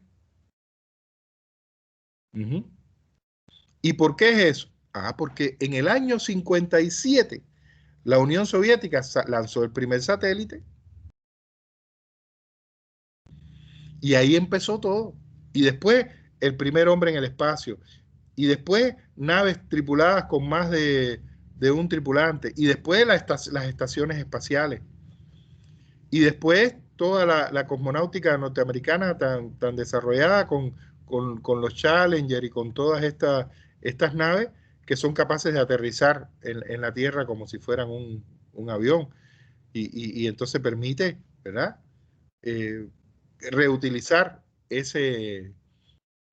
volver a utilizar esa nave. Y ahora ya la preparación para ese viaje a otros planetas, en este caso Marte, que es el objetivo que está planteado para el 2030. Si no fuera así, si las conclusiones científicas, los descubrimientos y la tecnología no se desarrollaran por esto, seguiríamos en la edad de piedra, vistiéndonos con pieles y cazando animales en el bosque y siendo cazados por ellos, ¿no? Seguiríamos así. Y por esa capacidad que tienen los seres humanos, que tiene el Homo sapiens, y eso está en los libros de Yuval Noah Harari que les recomendé, los libros que les recomendé de Yuval Noah Harari, de que la capacidad que ha convertido a los seres humanos, al Homo sapiens, en especie dominante, es la capacidad de imaginar lo que no existe. Esa imaginación, eso de decir, si hago esto, en su mente, y después hacerlo realidad, no lo tiene ningún otro ser viviente de la Tierra, ni siquiera los que construyen cosas. Entonces, ahí está la clave de todo lo que estamos hablando. Y entonces vamos a la segunda, Bruno. Ok. Dice, cultivo de la atención interrogativa, abierta a la duda, a la revisión de lo ya descubierto y a la interpelación por lo que no se conoce. Exactamente. Hoy tú descubriste algo en tu investigación, pero tú dices, pero no estoy muy seguro de esto, tengo duda con esto, déjame investigar más, que tú hablabas de eso, ¿verdad? ¿No? A ver, ¿viviste alguna experiencia en este sentido ahora en la investigación que estás haciendo? No. O sea, ¿has encontrado de inicio todo lo que querías sin duda ninguna? Es que llevo relacionado con mi tema hace mucho tiempo. Así que Bueno. ya sé todo más o menos. Está bueno, está bien. Pero eso normalmente pasa. Uno dice, ya, he encontrado esto. Pero tú lo decías hace un rato, tú decías, he encontrado esto, pero sigo buscando. Busco más información. Triangulo, ¿no? Triangulo, como se dice, triangulo la información, contrasto una información con otra. La visión que tiene este autor con la visión que tiene este otro autor. Y no digo, ya lo tengo. No. Porque el ya lo tengo es un peligro, ¿no? Si uno no investiga en profundidad. Perfecto. Vamos entonces a las otras dos. Leemos una y después la otra. Dice, la capacidad de objetivar, de estudiar los hechos sin aferrarse a opiniones e ideas preconcebidas, pues quienes tienen un apego excesivo a sus teorías o ideas están mal preparados para ser investigadores. ¿Cómo ves eso? Mm, que no aferrarse a la opinión y a la idea de otra persona, sino formar la propia de uno mismo, ¿no? Para sacar de ahí una investigación, Eh, se diría. claro, o sea, tú tienes una idea. A ver, miren, nosotros los investigadores, y digo nosotros porque ustedes también lo son, es lo que están haciendo, cuando nos planteamos un problema, decimos, prevemos una respuesta. Ah, esto debe ser así. Y entonces realizamos la investigación y eso es lo que se conoce como hipótesis, ¿no? Eso ya lo van a ver en investigación 2, porque ustedes no trabajan aquí con hipótesis, sino con idea de defender, que vamos a ver después, que es la idea de cómo desarrollar la investigación. Entonces, la hipótesis es la respuesta posible a tu problema. Es la idea, una proyección que tú tienes. Pero tú no puedes casarte con esa proyección y decir que esa es la respuesta. ¿Por qué? Porque la investigación, la realización de la investigación es la que te va a decir la verdad de las cosas. Y hay que tener cuidado con eso, porque después uno empieza, si no es cuidadoso y no es ético, recuerden lo que vimos de la ética, uno empieza a querer adaptar los resultados que está obteniendo a la idea que tiene de cómo deben ser las cosas.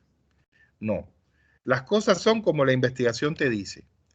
La idea que tú tienes de la respuesta posible es solo un acicate, es solo un estímulo, una motivación a investigar. Pero la investigación es la que te va a dar la respuesta definitiva. ¿Se entiende?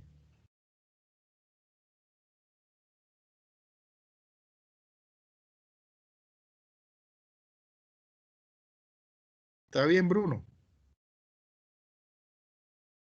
Ah, perdón, pensé que tenía mi micrófono activado. Ya. ¿Leo la siguiente? Sí, está bien eso, ¿no? ¿Está claro Sí. esto que estamos hablando? Ya. Sí, O sea, sí. si tú piensas que tienes toda la verdad, no estás preparado para ser investigador. El investigador dice, bueno, yo creo que es así, vamos a ver si es cierto. Esa es la actitud. Vamos entonces a la otra.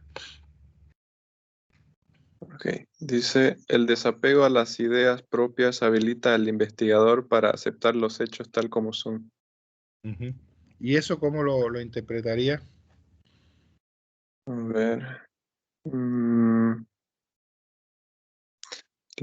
Para aceptar los hechos tal como son. Creo que está relacionado con lo anterior, ¿no? Que uno tiene que crear sus propias ideas para empezar a investigar de acuerdo a su forma de ser. ¿Puede ser? Ay, Dios mío, te estás durmiendo, Bruno. Ya, Perdón. yo creo que tú estás como el dibujito del muchacho de la cama, así. No tienes una bolsa de agua caliente, ¿no? Ya, mira, a ver, cuando hablas de desapego es decir, yo pienso eso, pero esa no es la verdad. Yo pienso esto, yo creo esto, pero al final la investigación hecha es la que me va a decir la verdad de las cosas. No porque yo piense esto, las cosas sean así. No porque yo vea la realidad de esta forma, esa es la verdad. La verdad que me la va a decir la investigación. El impacto de la pandemia sobre la economía, ¿verdad? La verdad de eso no es lo que yo pienso ahora, es lo que yo voy a descubrir cuando termine de procesar toda la información. ¿Está bien? Ujú. A ver. Después seguimos, entonces, terminamos contigo aquí y después seguimos con Daniel o alguien más que quiera apoyar en la lectura. Vamos entonces a leer estas dos. Nos quedan 3. Ok. Dice, conocer las limitaciones que la subjetividad le imprime a nuestra objetividad. ¿Cómo se interpreta eso? Eh, bueno, ahí dice no claramente que la subjetividad nos limita. Ah, perdón, dicen. Ay, Dios mío. Hijo, ¿no te has tomado ni un café ni nada para despertarte un poco? No, tomar café en las mañanas es malo, dicen. A ver, las Bueno, un limitaciones. tecito, algo tienes que tomar, sí, porque hay que tomar algo caliente, no vas a tomar agua caliente. No, A eso ver, sí. ¿Cómo? ¿Es psicológico eso? Prima de nuestra objetividad. Que claro, la subjetividad, al ser, por decir, idea subjetiva, y nosotros queremos ser objetivos, la subjetividad, la limitación que nos da nuestra objetividad es que, no sé cómo decirlo, la verdad. A ver, es sencillo. ¿Qué es lo subjetivo? Es lo que tú piensas antes de realizar un proceso de investigación que te va a dar los datos objetivos. Tú piensas subjetivamente, bueno, el impacto en la economía de la pandemia, de las empresas en Santa Cruz. Bueno, ustedes vieron los datos que se dieron el día del 1 de mayo, unos datos estadísticos del aumento del desempleo, no sé qué, no sé cuánto. Entonces, tú subjetivamente, a partir de la información que tienes, tú dices, bueno, debe haber impactado de esta forma.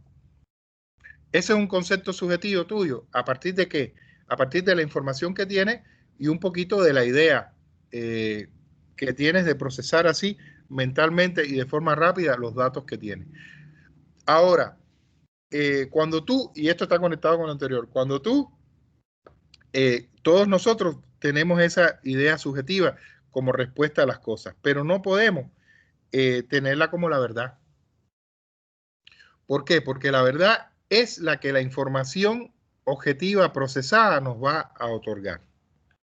Pero también aquí hay un elemento interesante, lo que tiene que ver, y después más adelante vamos a ver eso, lo que tiene que ver con prejuicios y formas hechas de observar la realidad, ¿no? Imagínate que una persona que tiene determinadas ideas y comportamientos machistas, fíjense lo que estoy explicando, comportamientos machistas y patriarcales, esté haciendo una investigación sobre la importancia de la equidad de género, por ejemplo, o la igualdad o la equidad de género, o la igualdad de oportunidades laborales para hombres y mujeres, no sé qué. ¿Qué piensan ustedes? Una persona que piensa y que tiene una serie de sentimientos, pensamientos y concepciones machistas, ¿cómo va a hacer esa investigación? Pregunto. No tiene que contestarme solo Bruno, ¿verdad? Aquí no hay chicas, no hay muchachas aquí, no hay muchachas aquí. A ver, esto que he preguntado, a ver qué piensan las muchachas. Yo Licen está hablando. A ver, ¿qué tú piensas? Bueno, si una persona puede ser, digamos, alguien que tiene actitudes machistas y un pensamiento machista, su investigación, o sea, todo es acorde a sus ideas, ¿no? Va a tener una ideología machista y eso va a ser su investigación y no va a estar abierto a otros tipos de pensamientos, porque en sí el machismo es un pensamiento muy cerrado y entonces no va a estar abierto, no va a ser objetivo, no va a ser algo que va a haber otras maneras, porque tiene un pensamiento así. Entonces su investigación va a ser en base a que, de hecho, ni siquiera, bueno, sí una investigación, ¿no? Pero no va a estar abierto a otras ideas o a otros conceptos. Claro, y hay Otros tipos cosas de que ideologías. posiblemente no acepte, ¿no? Posiblemente no Claro, acepte. exacto. Entonces, eso es lo que estamos hablando. Cómo las concepciones, ¿verdad?, de valores ideológicas de esa persona van a condicionar la forma en que ve la realidad. Entonces, Incluso cuando la investigación le esté dando una serie de datos, él se va a resistir, ¿verdad?, a esos datos porque él piensa que las cosas son de otra forma. ¿Qué decías, Bruno? ¿Era Bruno o quién? Es por eso que no pude responderle esa oración, porque yo soy tú no machista. eres machista. ¿Eres? ¿Eres? Sí. Ay Dios, estás perdido en el mundo que viene, estás perdido. Porque en el mundo que viene, la mujer cada vez va a tener mayor importancia. Así que ya tú sabes. Bueno, a ver, ¿quién es la muchacha que estaba dialogando con nosotros? Yo, Maylin. Maylin, vamos Maylin, continúa tú entonces, Bruno, gracias. No te duermas. Maylin, continúa con este otro punto que viene de la sinceridad Ya. intelectual. Sinceridad intelectual, que se construye con la capacidad de autocrítica y el valor de tirar por la borda toda formulación que hemos sostenido, pero que la realidad nos revela como insuficiente o ineficaz. Ya, ¿cómo entendemos eso? Imagínate, ¿cuál es tu investigación? ¿Cuál es tu tema? El rol de la mujer en tiempos de crisis. Ya. El rol de la mujer en tiempos de crisis, perfecto. Ahora, por ejemplo, ¿cómo podríamos ejemplificar, cómo tú podrías ejemplificar esto a partir de tu tema?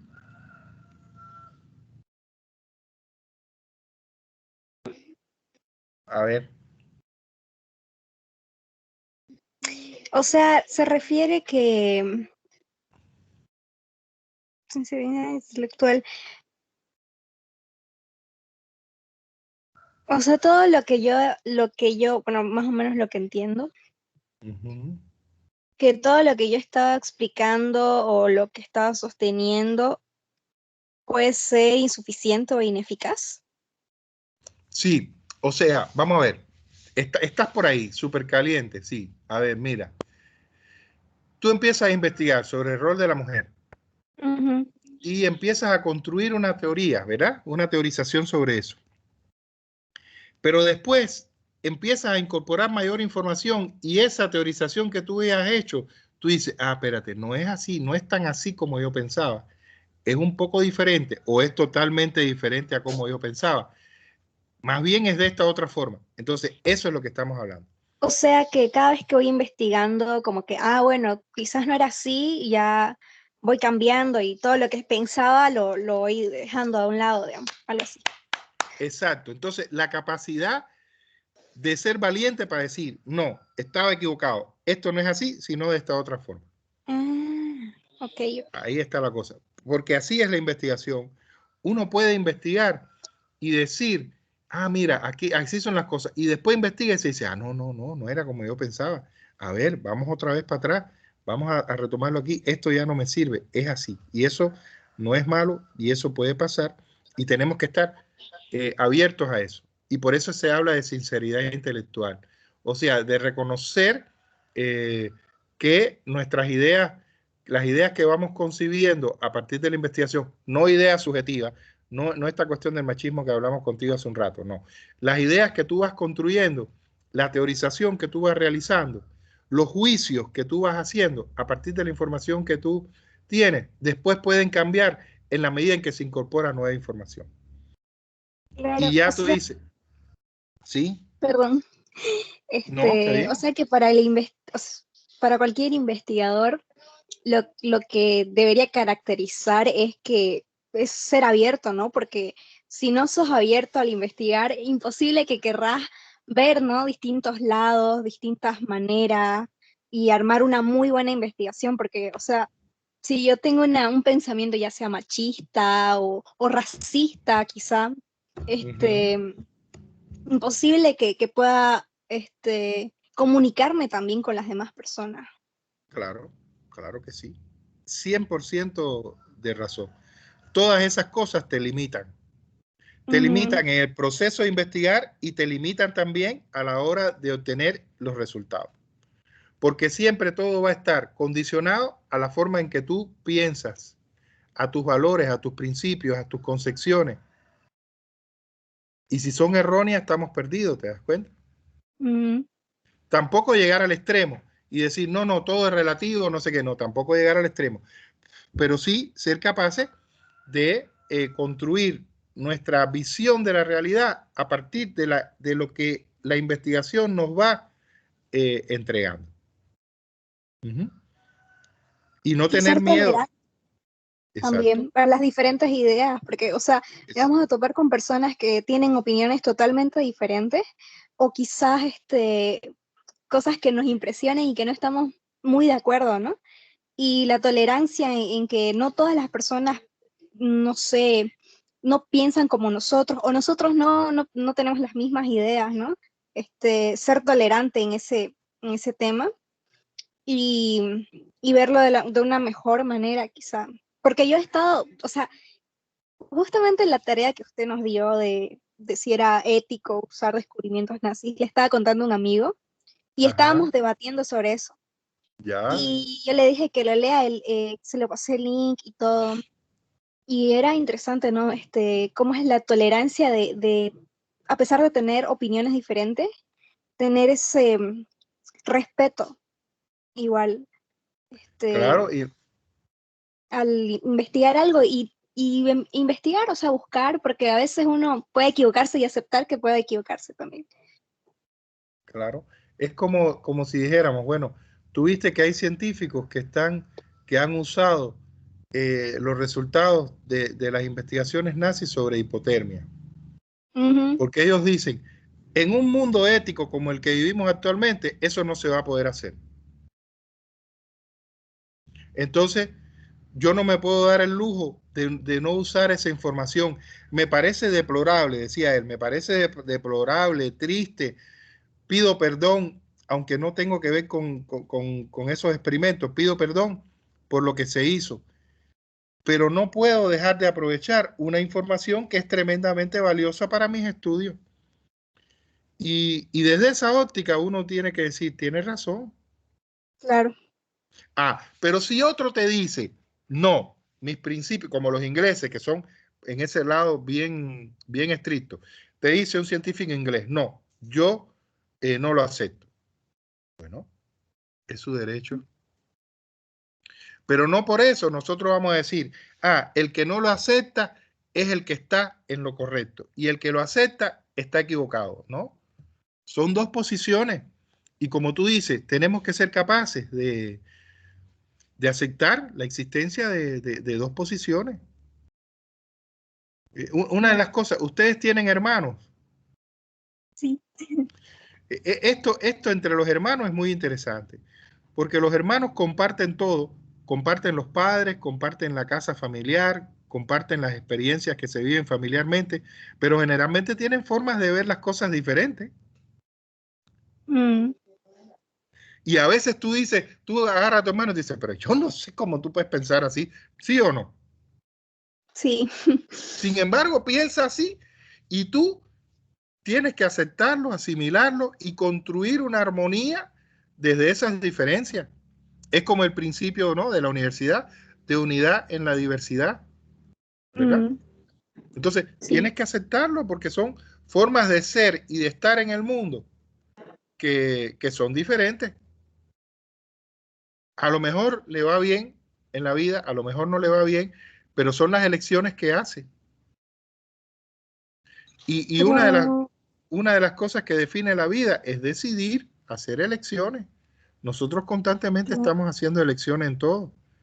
A veces nos equivocamos, a veces no, pero eso es lo humano, ¿no? Entonces, lo que tú dices, de estar abierto, de aceptar, de no mirar de forma peyorativa, como tú dices, o de forma racista, o de forma xenofóbica, eh, o de forma machista, con todas esas limitaciones, con esos prejuicios, que es como se llama, no andar por la vida regido por los prejuicios. Eso es muy importante.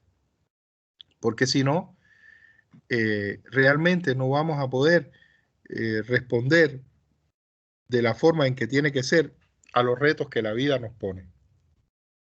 Porque los prejuicios para nada son científicos, ¿se dan cuenta? Los prejuicios son conceptos que no se sostienen científicamente. son límites, de hecho. Claro. Es como tú decías, miren, en la época, déjenme decirle, en la época en que yo desarrollé mi infancia, que es la época esta de la modernidad, no sé si hablamos esto, no sé si les preguntaron a sus abuelos de toda la educación conductista, de toda la violencia de la escuela en aquella época, les preguntaron, ¿tuvieron conversación sobre eso o no? Creo que yo les Sí, dije, ¿y qué les dijeron ellos? bueno, no mis abuelos, pero sí mis padres. ¿Vivieron experiencias de ese tipo ellos? Sí, ¿Ya ves? Entonces, mira, por ejemplo, en la época mía, que es más o menos quizás la de tus padres, y quizás un poquito más, ¿tus padres qué edad tienen? 40 y pico. no son mayores, tienen 55 por ahí. Ya, entonces son contemporáneos conmigo. Tus padres son contemporáneos conmigo. Entonces, mira, en la época nuestra, y digo nuestra porque ya sabemos que son contemporáneos, en la época nuestra, oye, cuando iban a comprar juguetes, toda esa cosa de que si el juguete es rosado, que si el juguete es azul, que si este es un juguete de niña, que si esto no sé qué, eso era fuerte, Modelos muy, mentales. claro, muy fuerte. Esos prejuicios transformaron en modelos mentales. Y esa idea, ¿cómo vas a estar jugando con niñas, no? Entonces, por ejemplo, un niño que jugaba a las casitas con una niña y el O la muchacho, cocinita. eso era mal visto, eso era muy mal visto. Cuando la psicología contemporánea plantea que los juegos de roles, que es como se llama eso, son fundamentales en la infancia, ¿para qué? Para solidificar los elementos de género, ¿no? Tú eres el papá, yo soy la mamá, no sé qué, no sé cuándo, todo eso, ¿te das cuenta? Eso solidifica toda una serie de concepciones de género y el rol que desde el género juega cada uno en la familia, sin machismo, ¿verdad?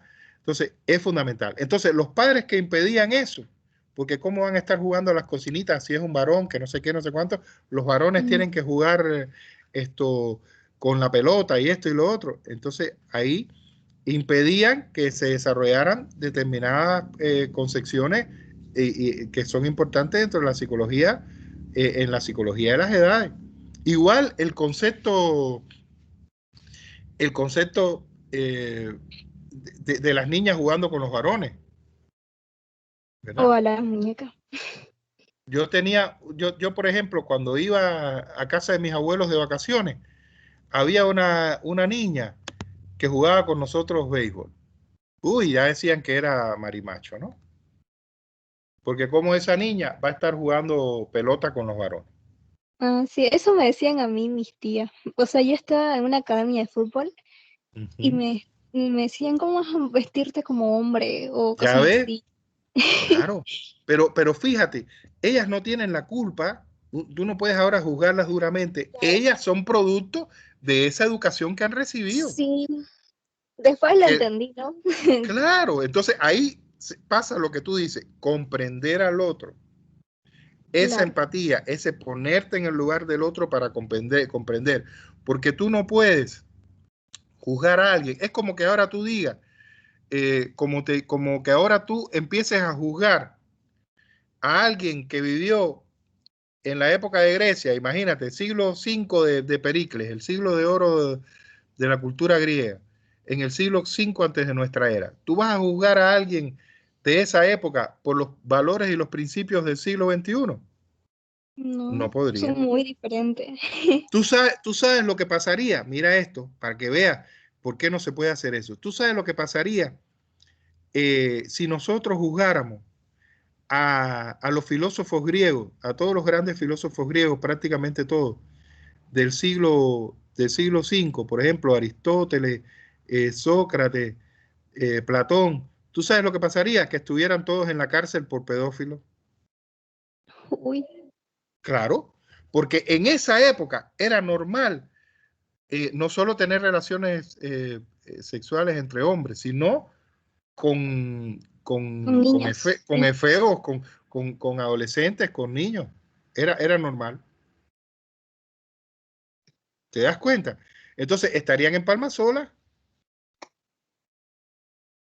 Mm, estarían en Palma Sola. Ah, pero tú no puedes juzgar las cosas así. ¿Por qué? Porque todo comportamiento humano es social y tiene que ver con las realidades sociales de cada momento histórico. y cada época. Exacto. Y lo vamos a ver ahora, mire, cuando veamos, no nos va a dar tiempo hoy, pero lo vamos a ver en la próxima clase. Cuando veamos los videos, nos vamos a dar cuenta de todas las cosas terribles que ahora, a la luz de lo que nosotros pensamos con respecto a los derechos humanos y todo lo demás, fue un crimen de lesa humanidad lo que Es hicieron humano. los norteamericanos tirando las bombas en Hiroshima y Nagasaki. Pero en aquel momento, todas las concepciones éticas y demás que ahora son tan sólidas no estaban desarrolladas. No por gusto, la ética en la ciencia surge a partir de los códigos de Nuremberg, del juicio a los alemanes. En eso de la ética, o sea, cuando yo estaba viendo el tema, volviendo al tema de los nazis, pensé en eso, ¿no? O sea, los valores morales y éticos en esa época eran muy diferentes a los que son ahora. Entonces, es como que, pucha, no puedo tampoco juzgarlo totalmente y condenar a toda esa generación, ¿no? A esa época, porque los valores no eran tan sólidos como ahora hoy se ve y es como totalmente inhumano. Claro, Entonces, exacto, porque eso, ahora tú lo estás viendo desde la perspectiva de los derechos humanos que han tenido un desarrollo tremendo a partir sobre todo de los años 60, ¿verdad? Con la lucha de los afro-norteamericanos en Estados Unidos y demás. Y entonces ahora realmente nadie se atreve. Fíjate que ya no hay golpe de Estado, ya no hay toda esa serie de cosas porque hay ya toda una concepción universal de que todas esas cosas son inadmisibles. Pero en aquel momento, no, en aquel momento se estaban haciendo. En aquel momento todas las guerras mundiales habían sido una masacre. La sí, Primera Guerra Mundial, todo lo que pasó. Entonces, el derecho, tampoco el derecho estaba tan desarrollado como ahora. Entonces, todo ha tenido un desarrollo posterior a la Segunda Guerra Mundial. Y tenemos que verlo así. Pero no por eso tenemos que dejar de considerarlo crímenes atroces. ¿Me explico? ¿Sí? claro. Meilín es, ¿no? ¿Quién es la que me habla? Sí, Maylin, Meilín, Maylin. no podemos dejar de considerarlo crímenes atroces, pero tenemos que decir, Dios mío, yo por ejemplo, cuando veamos el documental de todo el proceso de creación de la bomba atómica, yo pensaba, yo decía, Dios mío, estos científicos después de esto han podido dormir, han podido vivir después de eso, ¿cómo ha sido su vida? Yo no sé, no tengo información. Estuve buscando información, pero no encontré. Tengo que perseverar, como decimos. Pero, por ejemplo, Oppenheimer, que fue el científico que lideró el proyecto Manhattan, que dio como resultado la creación de estas dos bombas atómicas que lanzaron en Hiroshima y Nagasaki, después dedicó su vida a la no proliferación de las armas nucleares. Dedicó su vida a eso. Incluso en Estados Unidos lo hicieron a un lado precisamente por su actitud pacifista y su actitud de negar entonces, de haberse arrepentido de lo que se hizo. No sé los demás, qué pasó con los demás, no he encontrado información con los demás. Sé que Albert Einstein también sufrió mucho por eso.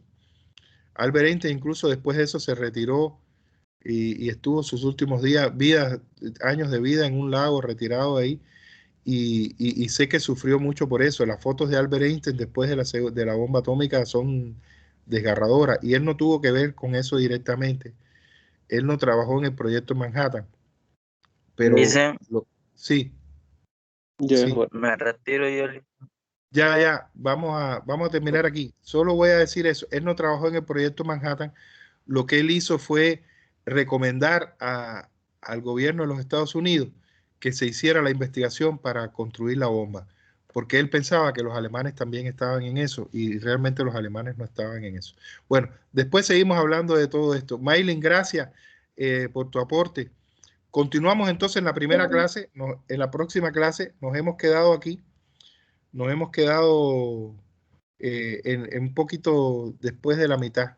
Son 23 diapositivas. Continuamos, pero estoy contento porque ha sido muy rico el debate que hemos desarrollado hoy. Bien, bueno, muchas gracias. Nos vemos el lunes entonces y damos continuidad a esto. Yo sabía que esto iba a ser un tema interesante y que íbamos a debatir. Cuídense mucho y disculpen que son las 11:02.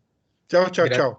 Cuídense. Gracias, Gracias a Lisa. ustedes. Hasta luego. Gracias. Continuamos, Meilín, continuamos en la clase próxima.